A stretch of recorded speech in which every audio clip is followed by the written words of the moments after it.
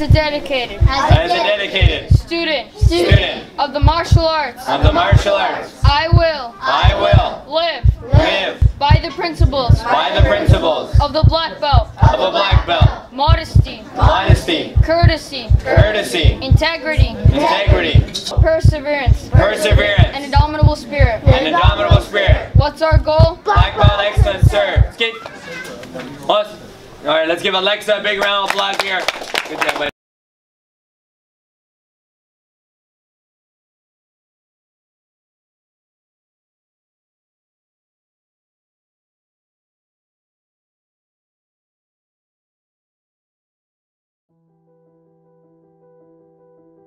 How did this all start? How did mixed martial arts, how did karate, how did all this start out?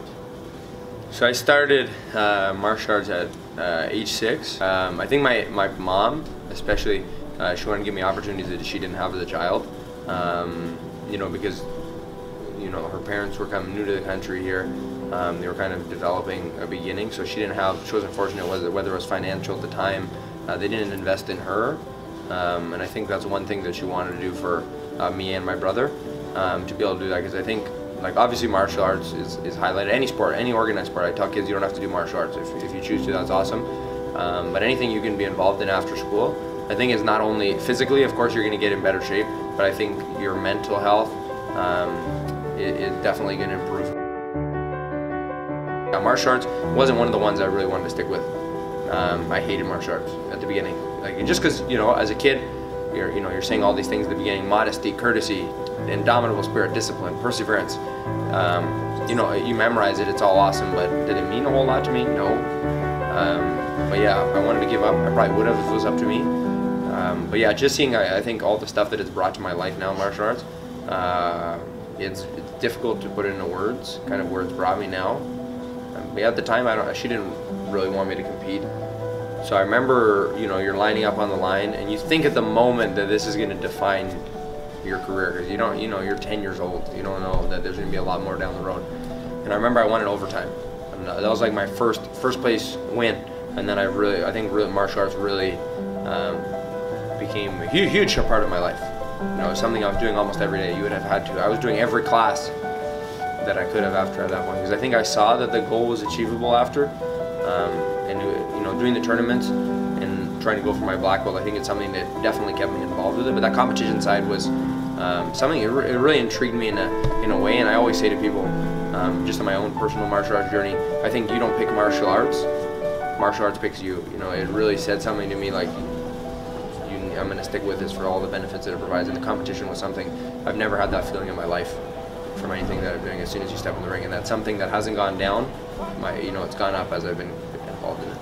So, you're 23? 23. Right. You have a business. Yeah. You're in school. Yeah. You have traveled the world fighting the martial arts. To somebody from the outside, that may seem like kid's got it made. Yeah. He never has a hard day in his life. Never has a hard day. So, explain to me how doubt plays a role in your life and when it comes up. Yeah. And if it comes up and how you deal with it. So a lot of people think, right, because they see you, and I'm sure this is in a lot of people's minds that, he never really had to struggle. He had a business, he had this, he's a world champion. I think a lot of people don't see the beginning. Whether that, and I applied this too when I opened my business. In martial arts, I was not an excellent student. If you asked any of the people that really were involved in my career in the beginning, they probably didn't think I would get to a yellow belt. They didn't. Because I remember one instructor said to me, to my mom, she goes, "You need to get your son out of sparring. He'll never be a good martial artist. You're wasting your time by putting him into it." I broke in with nobody really introduced me. Nobody introduced me to my sponsor. Nobody introduced me to these tournament promoters. I didn't have a way in like a lot of people. I kind of did it myself. And there wasn't like a lot of people to really guide me along the way. Obviously my mom. But like instructors wise, not really. I remember my first NASCA tournament I went to, Quebec Open, and I was wearing Guelph Family Martial Arts uniform. I was fighting at Diamonds with a Guelph Family Martial Arts uniform with like an unknown. People were saying, "You're from what? Like you're from, where's that?" And you'd say, I'm an hour from Toronto. They pronounce it Guelph.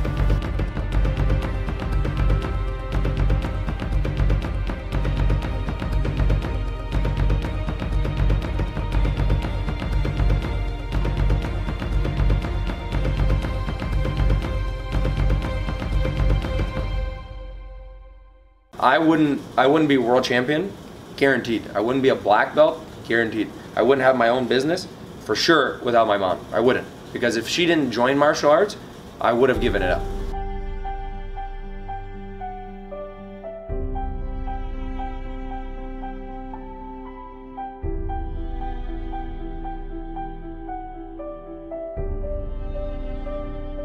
Achieving my black belt, I think professionally being able to help people, whether they're dealing with depression, anxiety, with people that, you know, everything from autism, if I'm able to be involved in that, I'm privileged for sure just to be involved and be able to do that.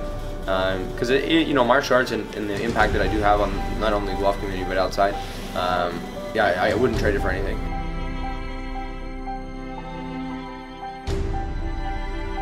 Competitively, for me, the one that stands above kind of everything is when I won NBL and NASCA the same year.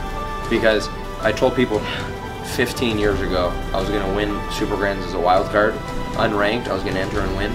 I told people I'm going to try to win both titles and hold them at the same time, right? NASCA and NBL, nobody had done it. And I studied all the good martial artists in my sport. When I was coming up, you know, you try to emulate them, you take a little piece from this person, and being able to do that and do it as a wild card and win this Super Grands where it kind of capped everything off was at the same place where I won my first world title. So that was, you know, coming out on stage on the same place where I won that initial one and being able to unify the titles, I think for me was, yeah, that for sure has to be at the top of the list. Something I visualized, and now for it to see it become a reality is surreal.